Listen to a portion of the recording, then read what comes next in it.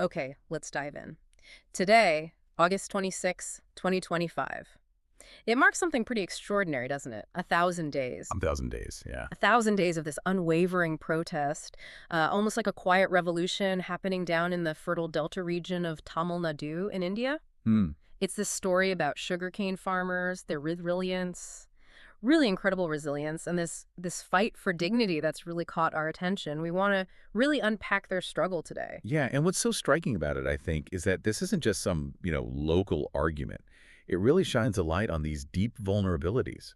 Well, vulnerabilities within agriculture everywhere, really. Right? And, the sheer capacity of people to just stand firm when things seem impossible. Yeah. So our goal today is to get right into the heart of it, understand the why, the impact, and how it connects to, well, a much bigger picture. Absolutely. And at its core, I mean, this is about serious allegations, right? Mm. Corporate misconduct, Mm. these massive bank loans apparently secured in farmers' names, but without their permission. Yeah, that's the unbelievable part. And then unpaid dues on top of it all. It's this mix of like thousands of personal tragedies wrapped up in a huge systemic problem. Exactly. So let's maybe paint a picture first.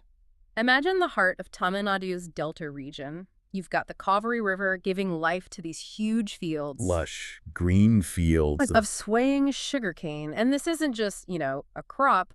For these communities, it's everything. It's their lifeline. It really is. Tamil Nadu is one of India's top producers, and Thanjavur, they call it the rice bowl, right?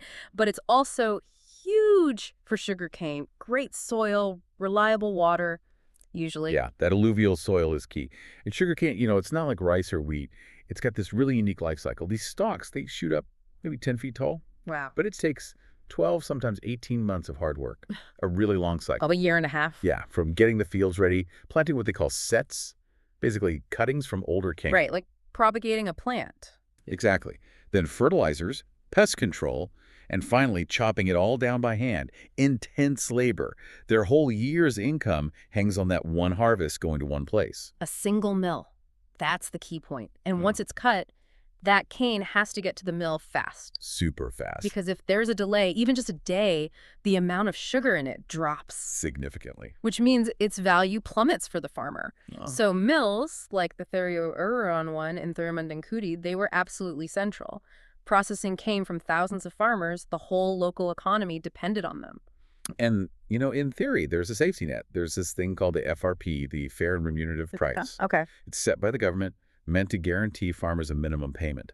Should protect us. Should be in the operative word. Well, exactly, because in practice, what we found is that if payments are delayed or just don't cover the FRP, Yeah. well, it can absolutely crush these small farmers. Yeah. They depend on crop loans, seasonal loans, just to cover costs. So when a big mill like that stumbles, or worse, fails completely, that whole chain, that whole delicate balance just snaps. In that snap, this is where it gets really, really disturbing. The trouble seems to have started brewing around 2019. Mm-hmm. Farmers started getting these notices from banks demanding repayment for loans they didn't remember taking out at all. I mean, can you just imagine getting that letter out of the Yeah. blue?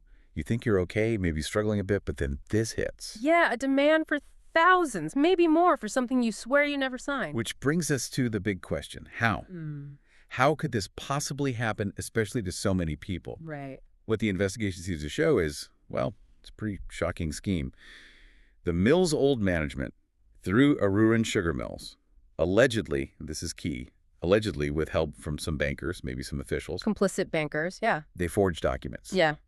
Systematically. They used the farmers' own land records, their Aadhaar details. Which is huge in India, right? That idea is tied to everything. Everything. Banking, government services. It's your unique biometric ID. They use that, other personal info, stuff they gathered when farmers just registered to supply their cane. So routine paperwork. Exactly. And used it to apply for crop loans in the farmers' names, fraudulently. So they didn't just steal money, they stole identities to steal money. Precisely. It's weaponizing someone's identity, their proof of existence. And these loans, meant for farming costs, seeds, fertilizer, whatever, Yeah. they were apparently diverted, Mm-hmm. either for the mill's own running costs or, well, maybe personal gain for the managers. In the scale of it. It's staggering. Initial estimates, we're talking about, what, RS 350 core? Which is what, in dollars, roughly? Quick math. Yeah. Maybe over 40 million US dollars. A huge amount, affecting, they think, over 4,800 farmers. 4,800 families. Yeah. And later on, they pinned down about Rs 115 to 130 crore, specifically to that Thiru Arooran unit. And big banks were involved. ICICI, Punjab National Bank, Bank of Baroda. It's like identity theft, but on this massive industrial scale, devastating thousands of people all at once. You mentioned the MD was arrested. That's right, RVT Agajan. He was arrested back in 2019 for misappropriation. Okay, so some action was taken. Initially, yes, but then he was released on bail. Yeah. And the probes, the investigations, they just seemed to stall out. Why? How does that happen after an arrest in such a huge case? Well, it looks like a mix of things. You know, complex legal challenges from his side, maybe not enough sustained political pressure to push it through. These kinds of investigations are incredibly complex. A mountain of paperwork, I imagine. Exactly. Thousands of documents, but potentially forged. And, you know, sometimes the system itself has loopholes that those with resources can use. Yeah. It's often the most vulnerable who get left behind. Without constant pressure, the momentum just faded. Leaving the farmers in this horrible limbo. Complete. And the human cost. It's just brutal. Let's think about, say, a typical farmer, maybe someone like, oh, let's call him Roman, 55 years old, maybe 5 acres. Smallholder. Yeah. He grows his cane, delivers it, expects to get paid so he can pay back his real loans, fund the next planting season, feed his family. Simple enough. A normal cycle? Instead, boom! He finds out there's a 50,000 rupee loan in his name he never knew existed. For someone like him, that could be a whole year's profit wiped out. A kid's school fees gone. Healthcare impossible. And multiply that shock, that fear, by thousands. The impact was just catastrophic. Their credit scores were instantly destroyed. Meaning no chance of getting legitimate loans in the future. None. Their properties were threatened with seizure, families started skipping meals, kids got pulled out of school because the fees just weren't there. Oh, man. And there's this social stigma, too, right? Being labeled a defaulter in your own village, even though you're the victim. We heard stories, you know, of elderly women having to sell last bits of gold, family heirlooms, just to try and deal with these phantom debts. It's heartbreaking. And then to make everything even worse, the mill itself collapsed. Yeah, by 2019, it declared bankruptcy. Too much debt. The very debt built on these alleged phantom loans. Seems likely connected. In 2021, the National Company Law Tribunal ordered it liquidated. Its assets were bought up by a company called Coles Distilleries. Okay, so a new owner.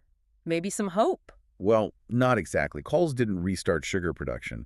They converted the whole plant to make ethanol instead. Ethanol, like for fuel. Yeah. So suddenly, the farmers who grew sugarcane, they had no local buyer left. Oh, wow. So fraudulent debt, a bankrupt mill, and now nowhere to even sell their crop if they could grow it. It is just one blow after another. And on top of all that, the unpaid FRP arrears, the money they were legitimately owed for cane, already delivered. Yeah. That mounted up to around Rs 85 crore. Just tracked. Probably trapped. So that must have been the breaking point, the point where defiance kicked in. Absolutely. November 30, 2022. That's the date the current protest started, fueled by just years of this betrayal and feeling abandoned. And who organized it? Groups like the Nadu Sugarcane Farmers Association were key. They launched this relay demonstration right there at the gates of the old mill in Thirumandankudi. A relay protest. Explain that. It's quite clever, actually. It means they protest in shifts. Different groups of farmers take turns keeping the protest site occupied, 247. So they can keep the pressure on continuously? Exactly. But it also allows individual farmers to go back and tend to their fields sometimes, you know, manage whatever crops they still can, keep some income flowing for survival. A sustainable protest model, in a way. It has to be for something this long. And their demands, right from day one, were crystal clear. Very specific. What were they asking for? 4 main things, really. 1, get rid of the fraudulent loans completely. Waive them. 2, pay all the outstanding cane dues, the FRP arrears, with interest for the delay. Important point, the interest. Crucial. 3, they wanted a proper independent investigation by the CBI India Central Bureau investigation into the whole fraud. Find out who is responsible. Get accountability. Right. And 4, they wanted the government to step in, take over the mill, and revive it as a sugar unit, so they'd have a place to sell their cane again. So loan waivers, back pay with interest, investigation, and reopening the mill. Pretty comprehensive. And what's remarkable is how they've stuck to those core demands for, well, now for 1,000 days. That consistency is powerful. Those first few months must have been incredibly hard, though. Definitely. By March 2023, they'd been there 105 days. The protest was getting noticed, sure, but they felt the government wasn't really listening. Just indifference. That was the feeling. So they kept going, they marched, held rallies, submitted petitions over and over again, used local media to share their stories. Their resolve just seemed to get stronger, even as progress felt agonizingly slow. But then there was a breakthrough. Yes, a big one. Finally, in September 2023, it really showed what collective action can achieve. After negotiations, led by the local district collector, they secured a major victory. Rs 115 crore of that loan liability, the part clearly tied to the fraud, was officially transferred away from the farmers. Transferred to who? To the corporate entity that now owned the mill's assets, Kells Distilleries. Ah, so Kells took on that debt? Effectively, yes. It freed thousands of farmers from that specific crushing burden. It was huge. And Kells also agreed to pay the overdue FRP arrears. Wow. That must have been a moment of incredible relief. Absolutely. A massive win against what they saw as court default and fraud. A real glimmer of hope. But the protest didn't stop. It's day 1000 today. So why keep going after such a big win? That's a really important question. And what we understand is while that huge chunk of fraudulent debt was cleared, it wasn't the whole story for everyone. Okay. There were reports of other lingering debts, maybe connected to sister companies of the original mill, or even older, legitimate crop loans from way back, like 2014-15. Which they now couldn't possibly repay. Exactly. Because the fraud had ruined their finances and credit scores. Plus, the payments for the FRP arrears were slow for many, and that demand for interest on the delayed payments, that wasn't met. So loose ends remained. Significant loose ends. And, critically, the mill was still an ethanol plant, not a sugar mill. That meant no jobs for former mill workers, disrupted local economies, and still no guaranteed buyer for thousands of sugarcane growers. The core issue of their livelihood wasn't fully resolved. Right, so the farmers, now representing maybe 6,000 affected families, felt they had to keep pushing. By October 2024, they hit 690 days, and the calls for the state government to intervene more decisively got louder. So what does that protest camp actually look like now? After 1,000 days, what's daily life like? It's this incredible mix, camaraderie, shared purpose, but also a real hardship. I can imagine. You see tents, makeshift shelters near the mill entrance, faded banners, pictures maybe. Farmers share simple food rice, sandbar cooked together over open fires.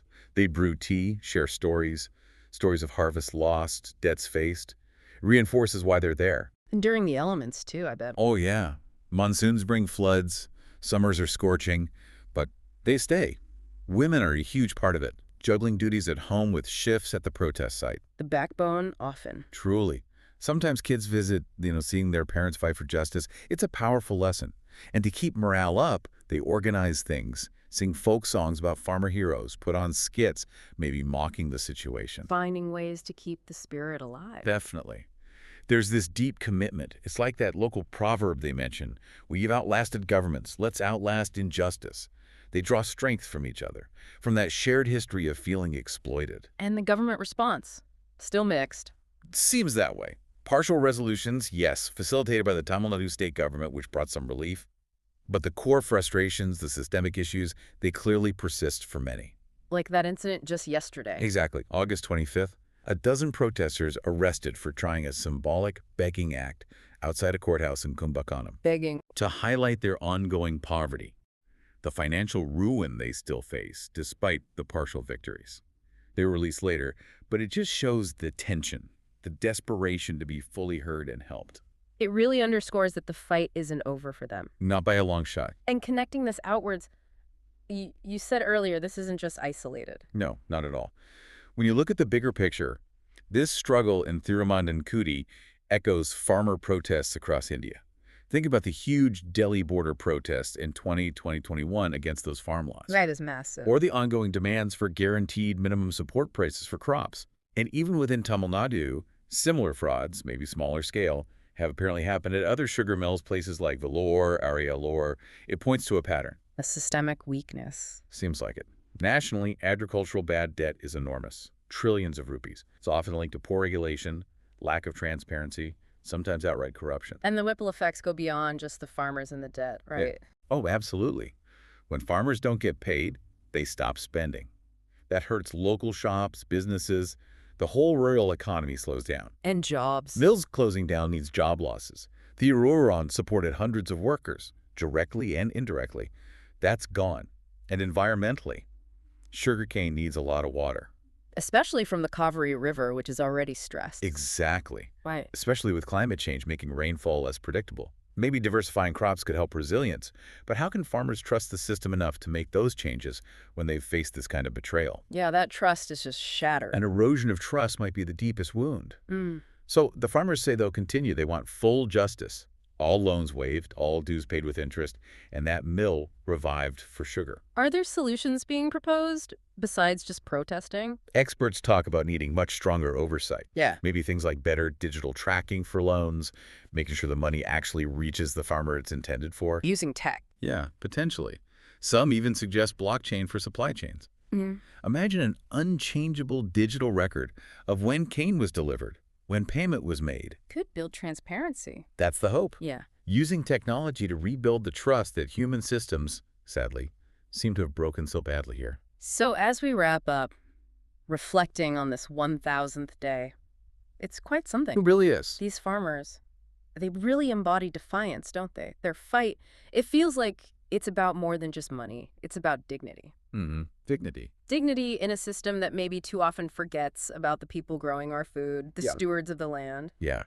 And I think in their persistence, their enduring stand, there's inspiration there. He shows that change doesn't happen through silence. It happens when voices, even if ignored for a long time, remain steadfast, unwavering. It's a powerful reminder. It really is. It makes you think about what's behind the things we consume every day. Behind that bag of sugar, there's a human story, often a story of hard work, sometimes betrayal, but ultimately, maybe, a story of hope that really deserves our attention. And it leaves you wondering, how many other struggles like this are going on right now, unnoticed? Just waiting for their 1,000th day before we all start to pay attention. That's the question, isn't it? Yeah.